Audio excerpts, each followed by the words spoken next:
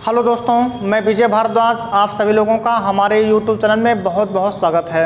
आज हम लोग देखने वाले हैं डीएनए के द्विसूत्री मॉडल यानी कि डबल हेलिक्स मॉडल के बारे में, जिसको दिया था दो साइंटिस्ट ने मिलके। एक साइंटिस्ट का नाम था वाटसन और दूसरे का नाम है क्रिक। वाटसन और क्रिक नाम के दो साइंटिस्ट ने दिया था डबल हेलिक्स मॉडल या डीएनए का द्विसूत्री मॉडल, और ये दिया था 1953 में। आगे चलकर इन्हीं दोनों को, वाटसन और क्रिक को, डीएनए के द्विसूत्री मॉडल देने के कारण 1962 में इनको नोबेल पुरस्कार दिया गया था साइंस के क्षेत्र में। डीएनए का द्विसूत्री मॉडल देने के कारण इनको 1962 में दिया गया था नोबेल पुरस्कार। आइए हम देखते हैं कि इनके डबल हेलिक्स मॉडल की खासियत क्या थी। जैसा कि आपको पिछले वीडियो में बताया गया था कि जो डीएनए होता है वह न्यूक्लियोटाइड का बना होता है।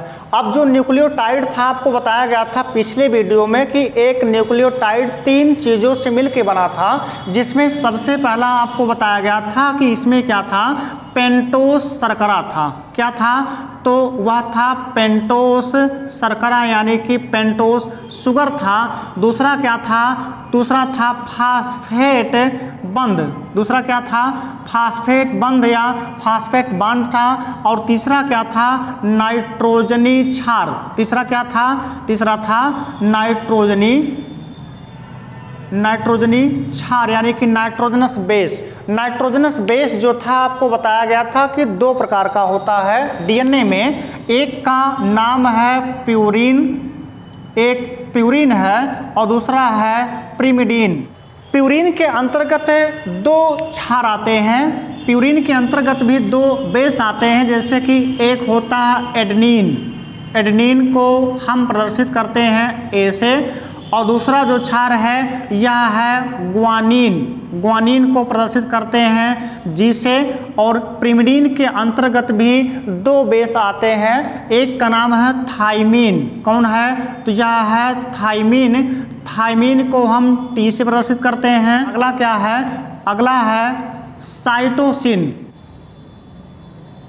साइटोसिन है और इस साइटोसिन को हम सी से प्रदर्शित करते हैं। ठीक, तो यही जो 3 चीज़ें हैं यही आपस में मिलके कहलाते हैं न्यूक्लियोटाइड। ठीक, और इन्हीं तीनों चीज़ों को आपस में, ये तीनों चीज़ें आपस में कैसे जुड़े होते हैं, नाइट्रोजन बेस जो है किससे कौन बेस जुड़ा होता है, ये बताया था वाटसन और क्रिक ने अपने द्विसूत्री मॉडल में कि जो पेंटोस शर्करा होता है वह कैसे जुड़ा है फास्फेट बंध से, कौन सा नाइट्रोजनी क्षार किससे जुड़ा है, यही सब बताया था वाटसन और क्रिक ने अपने द्विसूत्री मॉडल में, है ना। तो ये जो नाइट्रोजनी क्षार है, चूंकि 4 हैं, एक एडेनिन है, ग्वानिन है, थाइमिन है, साइटोसिन है, ये कैसे आपस में जुड़े होते हैं, तो इन्होंने अपने द्विसूत्री मॉडल में बताया कि जो एडेनिन होता, एडेनिन को किससे प्रदर्शित करते हैं? एडेनिन को ए से प्रदर्शित करते हैं। एडेनिन जुड़ा होता है थाइमिन से। इसका मतलब जो एडेनिन है हमेशा जुड़ा होगा किससे? थाइमिन से। और जो ग्वानिन है यह हमेशा जुड़ा होता है साइटोसिन से। ठीक, तो कौन कौन से बेस पेयर बनेंगे?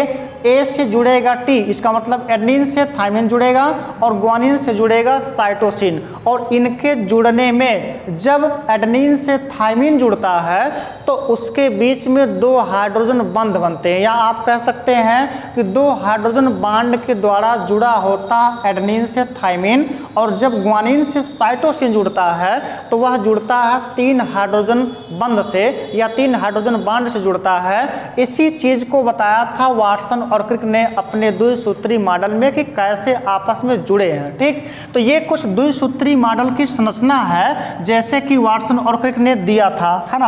आपको क्या बताया गया कि एडेनिन जुड़ा होता है थाइमिन से, और इसमें 2 हाइड्रोजन बंध क्या होते हैं? बनते हैं। जैसे यहाँ जो आपको दिख रहा है काले कलर की लाइन, इसमें इस साइड होगा ए और इस साइड होगा टी। इसका मतलब एडेनिन जुड़ा है किससे? थाइमिन से। और बीच में जो 2 काली लाइन दिख रही है वह क्या हमने प्रदर्शित किया है? तो वह दर्शाया है जो हाइड्रोजन बॉन्ड है या जो हाइड्रोजन बंध है। ठीक, तो इनके जुड़ने में 2 हाइड्रोजन बंध बनते हैं। और जब ग्वानिन से साइटोसिन जुड़ता है तो इसमें 3 हाइड्रोजन बंध बनते हैं। इसका मतलब इधर जी हो जाएगा, इधर सी हो जाएगा, और ऐसे ही क्रम चलता रहेगा हमेशा। जो श्रृंखला है डीएनए की, इसमें भी ए से टी जुड़ेगा और यहाँ पर जी से सी जुड़ेगा। यहाँ पर देख लीजिए क्या क्या है, यहाँ पर जी से सी है, जी से सी जुड़ा है, इसका जो क्रम है यह है। और यहाँ जो दिख रहा है वह ए से टी, फिर ये ए से टी है, ए से टी जुड़ा हुआ है। इसको देखें तो ए से टी जुड़ा है, और इसमें कितने हाइड्रोजन बन रहे हैं हाइड्रोजन बंद, तो 2 बन रहे हैं। ठीक इसी चीज़ को बताया था किसने, वाटसन और क्रिक ने अपने द्विसूत्री मॉडल पर। अब देखें ये जो द्विसूत्री मॉडल दिया था इसकी खासियत क्या क्या है। जैसे यहाँ आपको दिख रहा है जो ए से टी जुड़ा है वो ये है, और जी से सी जुड़ा है वो ये है। क्वेश्चन आता है कि ये जो ए से टी, कहने का मतलब जो एक बेस पेयर है, ए से जब टी जुड़ा तो उसको कहेंगे एक बेस पेयर, और जी से जब सी जुड़ेगा तो इसको भी कहेंगे एक बेस पेयर, है ना। क्वेश्चन आता है एक बेस पेयर से दूसरे बेस पेयर के बीच की दूरी कितनी होती है, यह क्वेश्चन हमेशा आता है। और ये जो दूरी आपको दिख रही है यहाँ के बीच में, यह है 3.4 एंगस्ट्रॉम। ये जो दूरी है यह 3.4 एंगस्ट्रॉम की होती है। ठीक, और ये जो आपको दिख रहा है कि जो एक हेलिक्स का ये घुमाव है, इसको, इस पूरे को कहते हैं एक कुंडली, इसको कहा जाता है एक कुंडली या एक कॉइलिंग। ठीक, तो इसमें जो एक कुंडली होती है कुल कितने बेस पेयर होते हैं। चूंकि ए से टी जुड़ा है, ये क्या बेस पेयर है, जी से सी जुड़ा है, क्या बेस पेयर है। तो क्वेश्चन यही आता है जो एक कुंडली होता है उसमें कितने बेस पेयर होते हैं, तो कुल 10 जोड़ी बेस पेयर होते हैं। यानी कि यहाँ से लेके यहाँ तक का जो आपका एक कॉइलिंग है, एक कुंडली है, एक कुंडली में बेस पेयरों की संख्या कितनी है, तो यह होती है 10 जोड़ी। इसका मतलब यह हुआ अगर 10 जोड़ी ये सभी के सभी हैं तो इस 10 जोड़ी में 5 जोड़ी जो होगा ए से टी होगा, और 5 जोड़ी जो होगा वह जी से सी जोड़ी होगा। तभी आपका एक कुंडली में 10 बेस पेयर की जोड़ी क्या होगी। ठीक, एक कुंडली में बेस पेयरों की संख्या कितनी है, 10 होती है।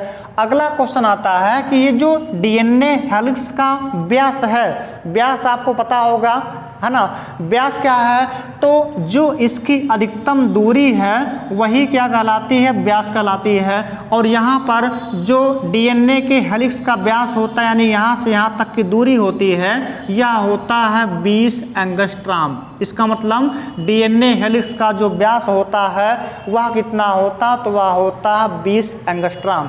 और 2 बेस पेयरों के बीच की दूरी कितनी है, तो यहाँ 3.4 एंगस्ट्रॉम। इसी चीज़ को दिया था वाटसन और क्रिक ने। ठीक, और इसी को कहा गया डीएनए का द्विसूत्री मॉडल, जो बताया गया कि कैसे बेस पेयर आपस में एक दूसरे से जुड़े होते हैं। ठीक, कार्य की अगर हम बात करें कि डीएनए का कार्य क्या है, तो डीएनए का सबसे मुख्य जो कार्य है यह आनुवंशिक सूचनाओं को एक पीढ़ी से दूसरे पीढ़ी में पहुंचाना होता है। चूंकि डीएनए पर ही जीन्स होता है और जीन्स में ही क्रोमोसोम्स होते हैं, और यही क्रोमोसोम्स डिसाइड करते हैं कि जो इंसान का बच्चा होगा वो इंसान ही होगा। क्या बताया गया, एक पीढ़ी से दूसरी पीढ़ी में यह जो है आनुवंशिक करैक्टर को पहुँचाने का काम करता है। जैसे इंसान का बच्चा इंसान नहीं हो रहा, कुत्ता क्यों नहीं हो जा रहा है, या कुत्ते का बच्चा कुत्ता हो रहा, इंसान क्यों नहीं हो रहा है, ये सब डिसाइड कौन करता है, तो यही जो डीएनए होता है उस पर जो क्रोमोसोम्स होते हैं वो डिसाइड करते हैं कि आनुवंशिक लक्षण कैसे क्या होंगे। जैसे देखे होंगे किसी पिताजी के शकल के समान का बच्चा है, या एक बहन की शकल दूसरे बहन से मिल रही है, या माता की शकल पुत्री से, कह सकते हैं पुत्री की शकल अपनी माता से मिल रहा है, तो ये कैसे संभव है, यह संभव होता इसी डीएनए के द्वारा। क्योंकि एक आनुवंशिक लक्षण को दूसरे पीढ़ी में पहुंचाने का इसका क्या होता है, तो काम ही होता है ना। आइए इसी में हम लोग देखते हैं आरएनए के बारे में। डीएनए अगर आपको समझ में आ गया हो तो आरएनए में कोई समस्या नहीं होगी। आरएनए क्या होता है? राइबोज न्यूक्लिक एसिड, मतलब यह भी एक प्रकार का न्यूक्लिक अम्ल है। आपको बताया गया था न्यूक्लिक अम्ल दो प्रकार के होते हैं, एक डीएनए एक आरएनए। डीएनए को हम लोगों ने पिछली वीडियो में देखा था और इसमें हम लोग देखेंगे आरएनए के बारे में। जो आरएनए होता है उसमें और डीएनए में अंतर केवल किसका है? आपको बताया गया था कि जो डीएनए होता है उसमें पेंटोस शर्करा के रूप में होता है डीऑक्सीराइबोस शर्करा, जबकि जो आरएनए होता है इसमें होता है राइबोस शर्करा, है ना। दूसरा क्या अंतर होता है? दूसरा अंतर जो नाइट्रोजनी बेस होता है उसमें होता है। चूंकि डीएनए में नाइट्रोजनी बेस जो आपका प्रिमिडीन है इसमें थायमिन होता है, जबकि जो आरएनए होता है उसमें थायमिन ना होके उसमें होता है यूरोसिल। इसका नाम क्या है? इसको कहते हैं हम यूरोसिल, है ना। तो आरएनए का निर्माण कैसे होता है? आरएनए का निर्माण डीएनए से होता कैसे होता है? जब डीएनए की श्रृंखला पर कहीं से थायमिन की जगह पर यूरोसिल आके जुड़ जाता है, तब वो जो श्रृंखला बन जाती है वह बन जाती है आरएनए से। इसका मतलब डीएनए से ही निर्माण होता है आरएनए का। और कब होता है? आपको बताया गया जब डीएनए की श्रृंखला पर कहीं से थायमिन की जगह पर यूरोसिल आके जुड़ जाता है तो वह जो श्रृंखला बन जाती है वह बन जाती है आरएनए की। ठीक, आरएनए का कार्य क्या होता है? तो आरएनए का कार्य होता है प्रोटीन संश्लेषण में भाग लेना। आरएनए का काम क्या है? प्रोटीन संश्लेषण में भाग लेना। आरएनए तीन प्रकार का होता है। सबसे पहला है एमआरएनए।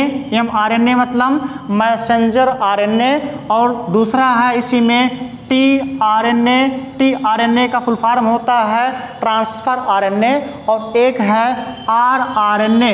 आरआरएनए आरएनए है, और आर से क्या होता है? राइबोसोमल। इसका फुल फॉर्म क्या होगा? Ribosomal RNA. इसका मतलब आरएनए तीन प्रकार का, एमआरएनए, टीआरएनए और कौन सा है? आरआरएनए। जो आरएनए होता है इसका काम अभी आपको बताया गया कि प्रोटीन संश्लेषण में भाग लेना होता है, लेकिन कुछ जो पादप वायरस होते हैं उसमें आरएनए जेनेटिक मटेरियल का काम करने लगता है। इसका मतलब आनुवंशिक लक्षण को एक पीढ़ी से दूसरे पीढ़ी में पहुंचाने का काम करता है, जैसे कि डीएनए करता है। ठीक, ये अपवाद स्वरूप कुछ पादप वायरसों में होता है। जैसे एक पादप वायरस है यानी कि प्लांट वायरस है जिसका नाम है टीएमवी। टीएमवी का फुल फॉर्म होता है टोबैको मोज़ेक वायरस। जो टोबैको मोज़ेक वायरस होता है इसमें जो आरएनए होता है या आनुवंशिक पदार्थ के रूप में होता है। इसका मतलब ये जो आनुवंशिक करैक्टर होते हैं एक पीढ़ी से दूसरे पीढ़ी में पहुंचाने का काम करता है। यह टीएमवी टोबैको मोज़ेक वायरस में आरएनए भी करता है डीएनए की तरह, है ना। तो डीएनए का काम क्या है? आनुवंशिक सूचना को एक पीढ़ी से दूसरी पीढ़ी में पहुंचाना होता है, जबकि आरएनए का काम क्या है? तो प्रोटीन संश्लेषण में भाग लेना होता है। और कुछ वायरस जो होते हैं पादप वायरसों में जो आरएनए होता है आनुवंशिक पदार्थ की तरह काम करता है। ठीक दोस्तों, अगर आपको वीडियो पसंद आता हो तो वीडियो को लाइक कीजिए, शेयर कीजिए और चैनल को सब्सक्राइब करना ना भूलें।